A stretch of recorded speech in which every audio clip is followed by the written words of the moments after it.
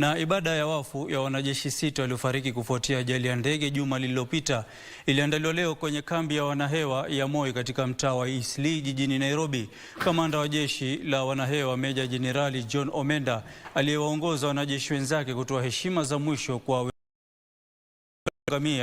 alieleza imani kuwa kundi la wataalamu wanaochunguza ajali hiyo ambayo pia ilisababisha kifo cha mkuu wa majeshi Jenerali Francis Ogolla watapata jawabu hivi karibuni. Familia, marafiki na wanahewa walikusanyika katika kambi ya wanahewa ya Moi mtaani Eastleigh jijini Nairobi kwa ibada ya wafu ya wanajeshi walioangamia kwenye ajali ya ndege Alhamisi iliyopita. Kamanda wa jeshi la wanahewa Meja Jenerali John Omenda aliwataja wahanga wa ajali hiyo kuwa wakakamavu na maafisa wa kutegemewa. We pay tribute to our gallant airmen, airwomen and soldiers who lost their lives in the line of duty, serving our great nation. They have paid the ultimate price while in pursuit of peace and security for our country. They have died heroes. Meja Jenerali Omenda alisema ana imani kiini cha ajali hiyo kitabainika.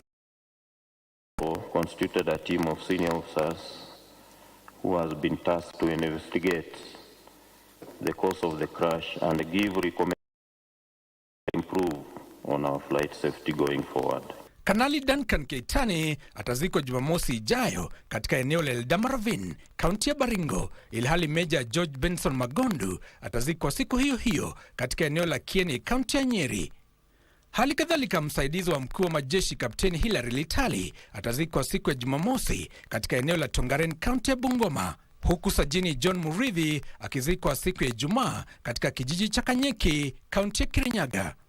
Afisa wa ulinzi wa mkuu wa majeshi Sajini Clifford Onyango atazikwa siku hiyo hiyo katika eneo la Alego, kaunti ya Siaya, ilhali mpiga picha Sajini Rose Nyawira atazikwa kesho katika eneo la Kagio, kaunti ya Kirinyaga.